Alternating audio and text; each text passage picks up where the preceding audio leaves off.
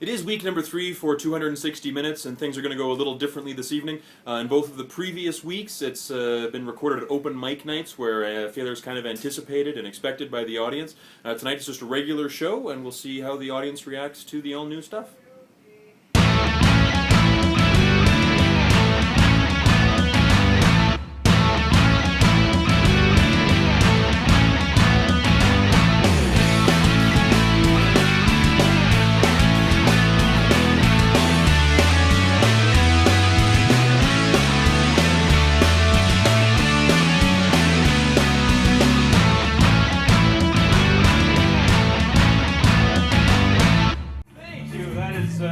I thought I followed everything, but that's a first for me, and for you as well. We're going to start with something that happened to me today, in fact. I was at Safeway, and there was one of the checkout clerks there. I overheard her conversation. She said that she likes guys that drive Lamborghinis.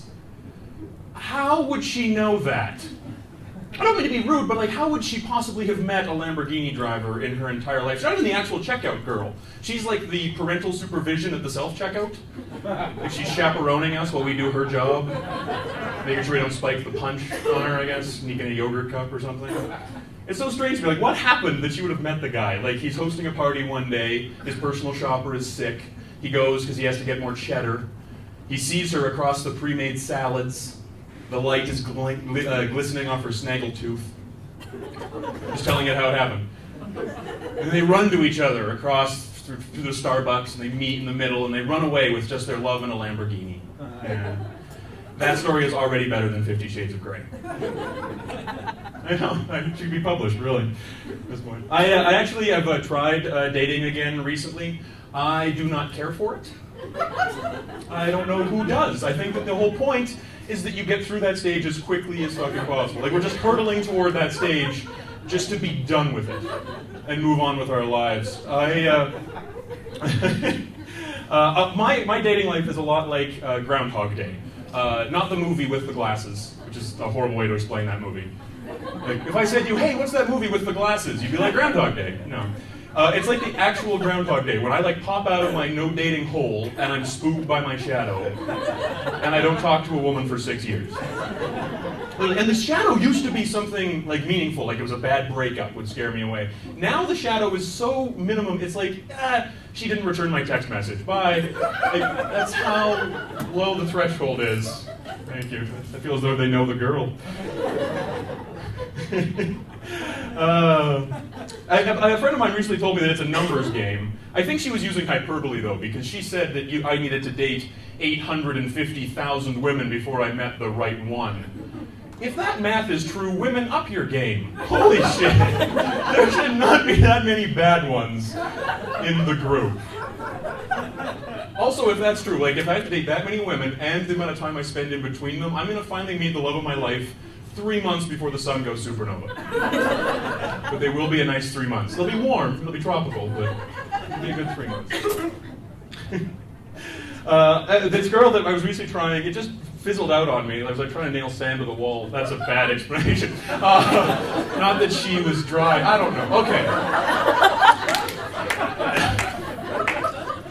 What I'm saying is that it just petered out. We broke up and we were never even dating. It was a weird thing to have. How do you have that conversation? We need to talk. We've never talked.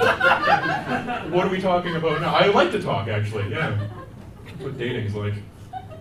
I'm having a lot of conversations? Yes. Don't drink before these, you idiot. I'm having a lot of conversations now with homeless people because I'm kind of lonely. And I used to be the guy that would always give them a couple bucks. Hey, you got a couple bucks? I'd be like, yeah, sure, here's whatever. And then somebody told me, probably a hillbilly, racist guy, he's like, they're just going to spend it on beer. So I stopped giving them money. Not because I don't care, I want to spend that on beer. That's much more important to me. But now I'll have full conversations with them. But then as I'm walking away, I just turn into the shittiest human being because I'm oh, I did a good thing. I treated him like he was actually a person. And then I go back and give him a 20. So I'm apparently a mean drunk. She go back to talking about her dry vagina. I've spent most of my life, adult life these days, I feel as though I'm making up for the weirdness and mistakes that I made as a child. as a kid. Like, I was a weird freaking kid, and I carry those mistakes with me all the time now. Like, I have Catholic guilt, but I'm not Catholic. I'd actually prefer to be Catholic, because they have forgiveness or something. Unless you're gay, they don't have it for that. Yeah, they have glaucoma of the forgiveness, kind of right over that gay thing. Right there. But here's an example. Is that what I'm talking about? Yes, here's an example. When I was in grade 1, I had a stutter for like a week. I just wanted to try it out. I was like, hey, what's this disability like?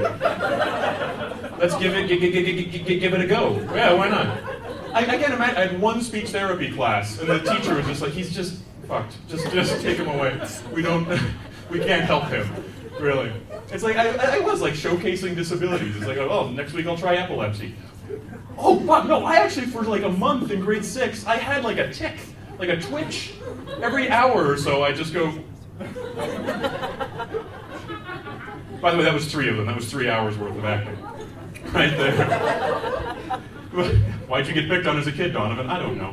Also, if you're a kid, why would you pick on the kid with a twitch? Not just because he might, have a serious problem, but because that's a sign that he's about to lose his shit. Like you're not walking, the guy twitching on the sidewalk, you're not throwing swings at him.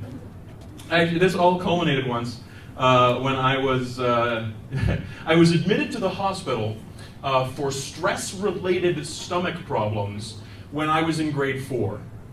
Yeah, after a Little League game. That sent me over the edge. This needs medical attention now. I think the nurse was on to me too, because after she ran the whole spectrum of exams, she also administered a,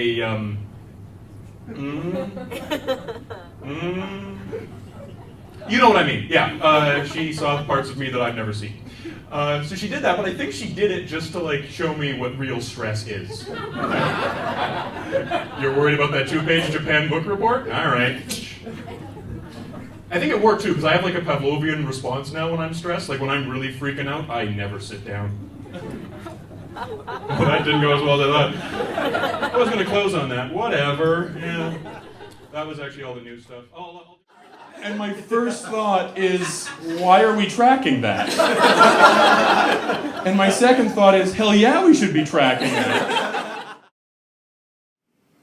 Well, that went pretty well. The audience was set up nicely. The MC did a good job of letting them know that it was all new, so they didn't have huge expectations. That gives me hope, because for the next 2 weeks I actually have to do these 260-minute sets in the middle of my regular sets at a couple of clubs. Of course, you'll see those in the coming weeks. I'm really happy there was a good riff in there about the dryness that'll probably stick around, and a couple